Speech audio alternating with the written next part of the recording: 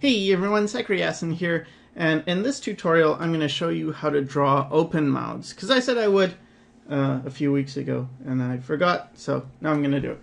Alright, so I've already covered a bunch of times how to draw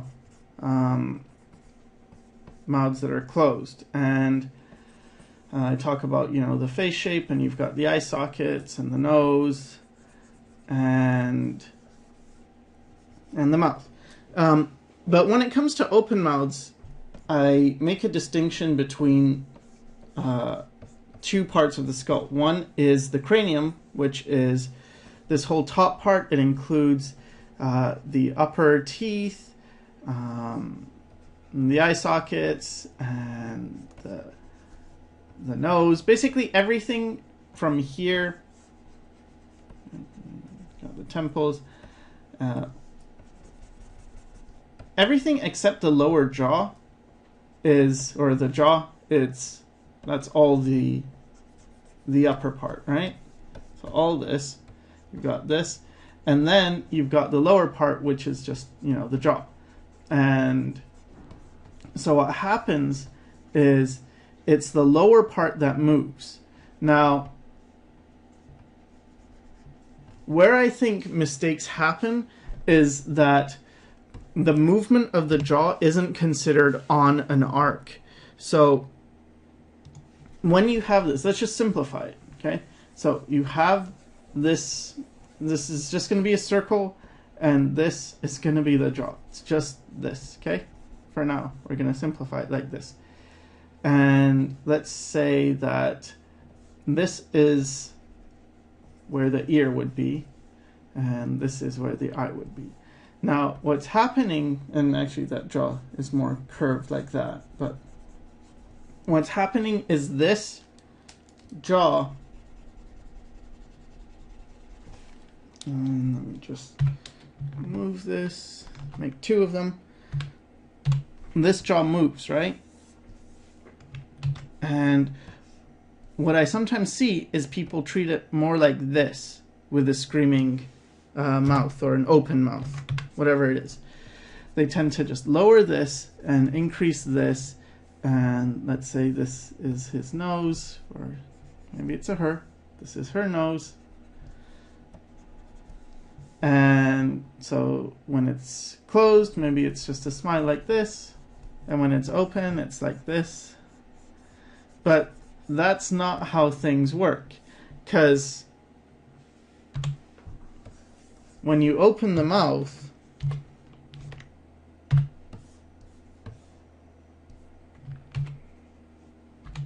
what's going to happen is, yes, this is going to move, but it moves in an arc like this. So like that. So now watch. You would get this happening, where I suppose things to keep in mind are that if you had a straight line going down vertically like this, this is pretty straight when the mouth's closed, and it doesn't mean that it's straight, it just means that, because of course you've got different shapes. You could have a mouth more like this, or one that's more like that, but it's more like this can still be going straight, but then when you open the mouth, this chin is going to go inside. Something else that happens is the mouth sort of moves forward, or the jaw moves forward a bit. It goes like this way and down, but this is pretty negligible. So the jaw is actually doing something more like this and then down, like it goes.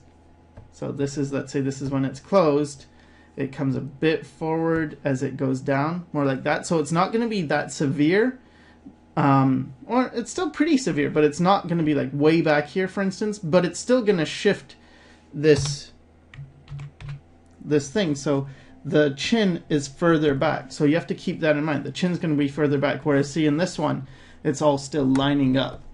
So I think that's the big difference, or the biggest issue I see, is that's number one, that because the jaw moves at an angle and it's following an arc with the pivot right here, doing this, going down like that, it's not going to just be that when you open your mouth, you can just make it so you've got more space down here. Doesn't make sense. It's got to be that you have more of this angle, right? Okay, now there's two other important things. One is to remember the cranium. So when we draw mouths, and let's say you understand the jaw thing. So yeah, you're doing the jaw right. Got the jaw coming down, whereas normally maybe it would do something like that. Now let's say it's doing this. It's like, okay, so you've got that, and you've got your eye and your nose, and you've got this angle coming down, right? And let's just do, because I often see the problems in, I mean, I see it in more realistic stuff as well, but less.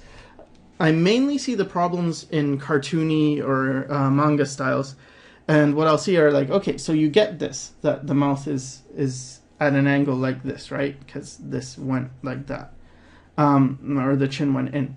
I'll see this where it's like, okay, now let's put in the teeth. And so you put in the teeth and you get something like this. And this is wrong as well. And the reason it's wrong is because see how the teeth are here? If we were to draw this, like continue this, as if we're drawing the skull, because the skull, like the head, just, it's a skull underneath, and then you've got muscle and fat and skin on top of it, but it's bone underneath. What this is saying is that the mouth is doing this, like the teeth are doing this, they're going at an angle and they're inside this. But remember, the entire top part of the cranium, that doesn't change, like that's not going to move. It can tilt up and down, but it's one piece. So when I say it can tilt, I mean, like if you have the jaw here, the entire head can do this, but the individual parts aren't going to change. So because of that, because we have our nose and we have our top part and this is all fixed, the teeth are always going to be normal in the top area, right? Like they're always going to be aligned with the rest of the face, the top teeth. It's when the jaw opens and it goes down, it's the lower teeth that are going to be angled.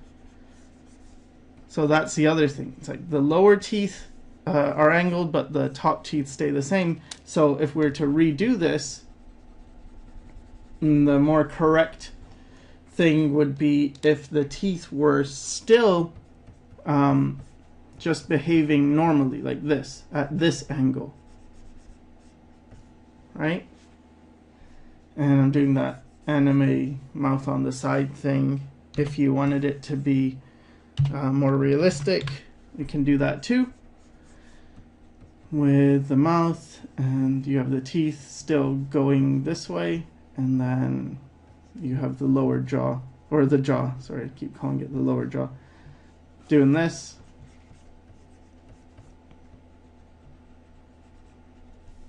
And so you'd have a situation more like this, where these teeth are at an angle, like so, but these ones are not.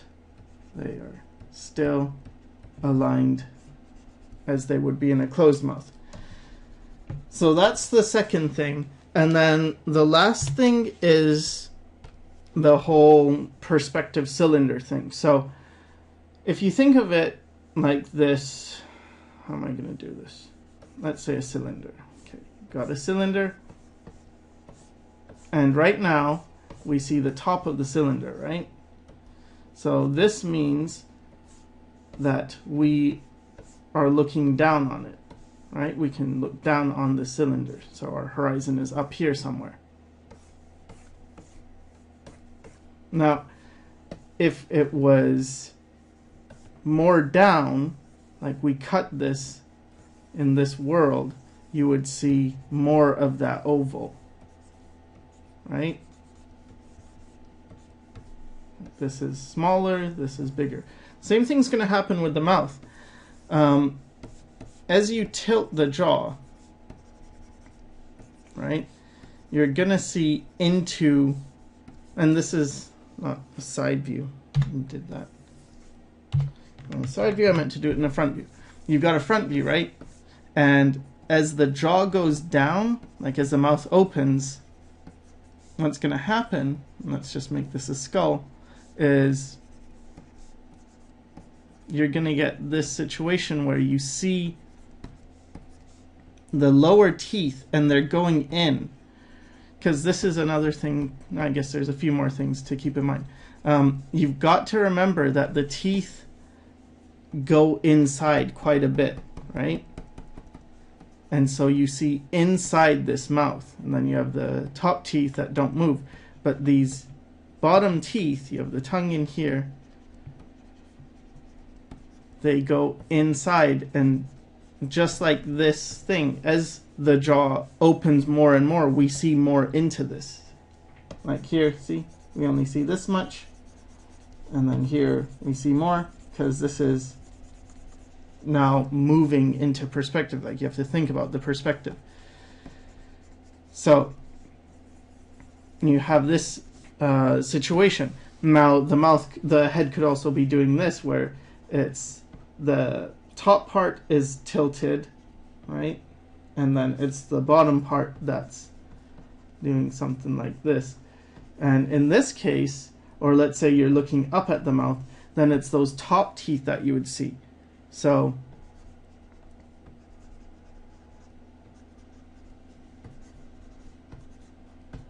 in this case, if we're looking straight on, like our eye is here, right?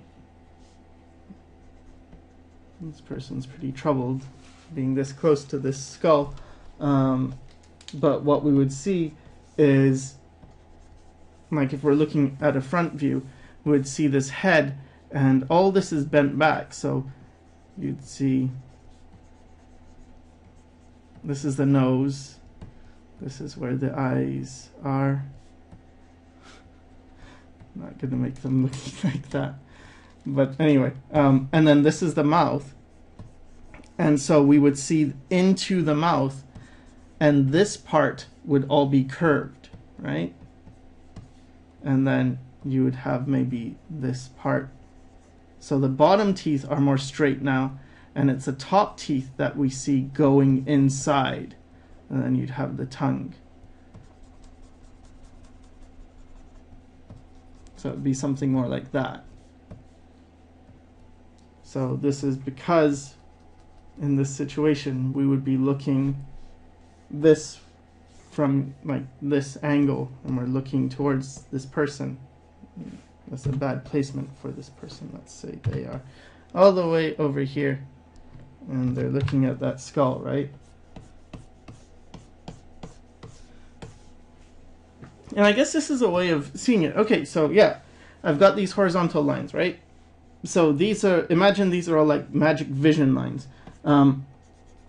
This horizontal line is sort of like this horizontal line for the jaw. So we see that as flat, because this is flat, but this is hitting all these parts because this is open, so we see all that open.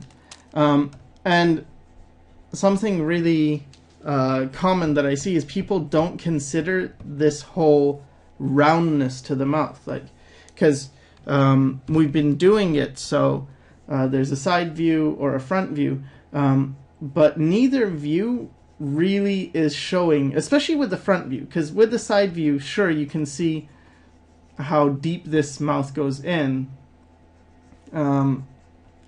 but with the front view, the problem is if it was a skull, we would see it more.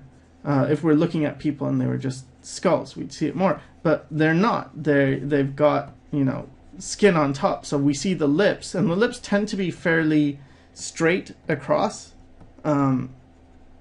something like this, right? So we see this, and it makes it hard to see that, yes, this mouth goes really deep in, like all the teeth are going deep inside this face. But the best way I think to see that is just bread, right? Because you get bread, it can be anything. Let's just say we have a slice of bread, and you take a bite out of it. What's going to happen? You're going to probably see a shape like this. Like, well, okay. Not just like that, but sort of like that, like a simplified version. Like, let's say this is a slice of bread. Something more like that, right? Where it really does go in a lot. Your teeth go in a lot, and then you have your forward teeth and your back teeth. So that's really important to keep in mind when you have open mouths, because let's just do a 3/4 view, and let's say this person's got an open mouth. So, you know, the first thing I do is just like normal. You know, we've done heads in different angles, so I'm not going to cover all that. But that's this thing of, okay, everything's the same, but now I have to remember you got your jaw's opened, so this is going to go down at an angle, and then the teeth are going to remain the same on the top view as they would if the mouth was closed, and then you're going to see into this mouth. But remember, you see into it, like and what I like to do is shade this part. So you get things like this with this sort of dark triangular shape here. This, like, what is it? Something like this. You've got that.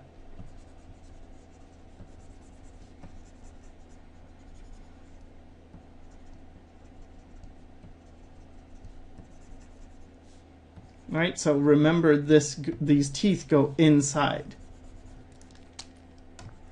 Alright, so pretty much that's it. Maybe I can go over some simplification methods real quick.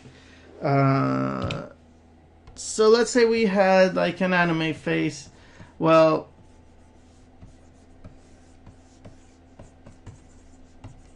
the same rules apply. Now with anime, they sometimes do this thing, especially in anime, less in, I guess, I'm not sure in manga if they do it a lot, but they'll do this thing where the jaw actually doesn't open, but they'll do faces like this, like wah, and then when it's closed, it's the exact same thing, right?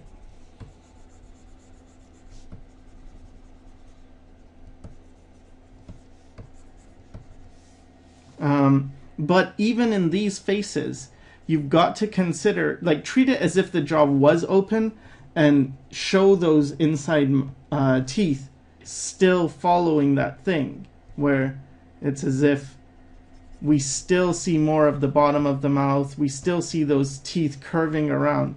So I think this is the way it gets, manga stuff gets away with it, and cartoon stuff, is that you're not, like, you're deviating from reality. And of course the reason they do this is because it's less work, because you don't have to animate as much stuff. Because, like, for Western animators, if you actually went ahead and you open the jaw as you should, or as they do, what you have to do is now I have to draw this entire part, like all this area I have to redraw.